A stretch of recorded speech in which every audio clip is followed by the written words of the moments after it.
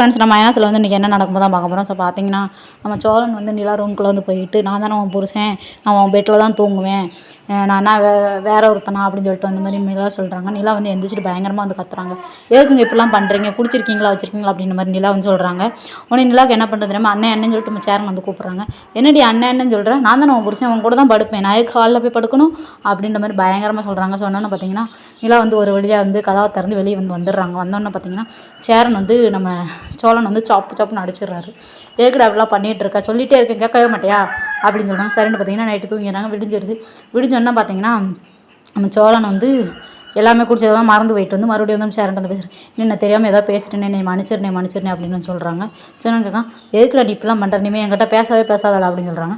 பாண்டியன் அது இவன்ட்டில் ஏற்கனவே நீ பேசுகிற அப்படின்னு சொல்லிட்டு வந்து பாண்டியன் சொல்கிறாங்க. பல்லவனும் பார்த்தீங்கன்னா அவன் கிளம்பி வந்து சோழன்ட்ட பேசாமல் அப்படியே போயிடுறாங்க. நிலா வந்து சாப்பிடாமலே வந்து ஆஃபீஸ்க்கு வந்து போயிடுறாங்க.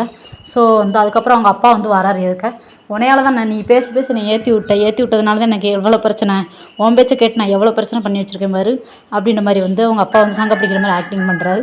ஸோ அதோட வந்து சீரியல் முடிச்சிருக்காங்க. ஸோ ஓகே, போய் டட்டன் தோடி பிடிச்சிருந்தா மறக்காம சப்ஸ்கிரைப் பண்ணி வச்சுக்கோங்க.